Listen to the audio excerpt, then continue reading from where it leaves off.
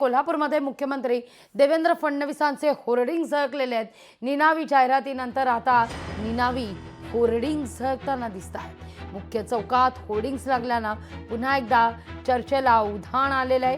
निनावी जाहिरातीनंतर आता मुख्यमंत्री देवेंद्र फडणवीस यांचे निनावी होर्डिंग्स देवा भाऊ असे होर्डिंग्स कोल्हापूरमध्ये झळकतायत। कोल्हापूर शहरातील मुख्य चौकांमध्ये देवेंद्र फडणवीस यांचं हे होर्डिंग लागले। या होर्डिंग्सवर देखील कोणतंही सौजन्य नाही। हे होर्डिंग नेमकं कोणी लावलंय या संदर्भात मात्र माहिती मिळालेली नाहीये।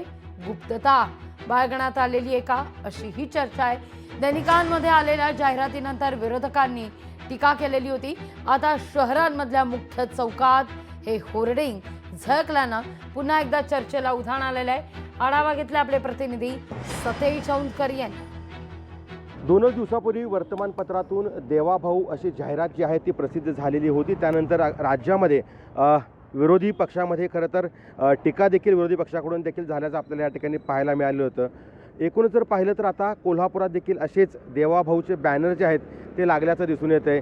कोल्हापूर शहरातील दसरा चौक असेल, मिरजकर टिकटी असेल किंवा खानविलकर पेट्रोल पंप असेल, या परिसरामध्ये हा देवाभाऊ लिहिलेला बॅनर जो आहे तो लागलेला आहे आणि सध्या कोल्हापुरात देखील हा चर्चेचा विषय ठरताना आपल्याला पाहायला मिळतोय।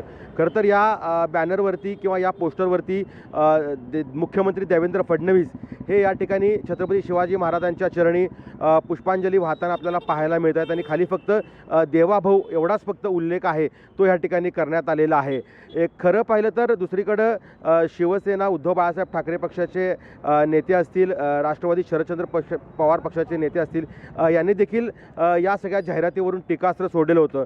मात्र कोल्हापुरात गणपती विसर्जनानंतर लागलेले हे जे बॅनर आहेत ते सध्या चर्चेचा विषय ठरताना आपल्याला पाहायला मिळतोय।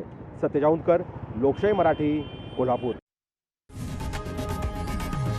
लोकशाही मराठी ऐका, पहा, जागरूक रहा।